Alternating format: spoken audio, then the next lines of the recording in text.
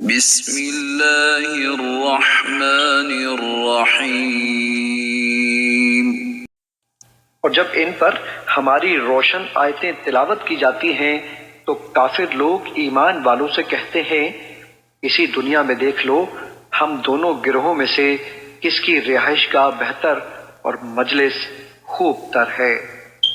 اور ہم نے ان سے پہلے کتنی ہی قوموں کو ہلاک کر ڈالا جو ساز و سامان زندگی اور نمود و نمائش کے لحاظ سے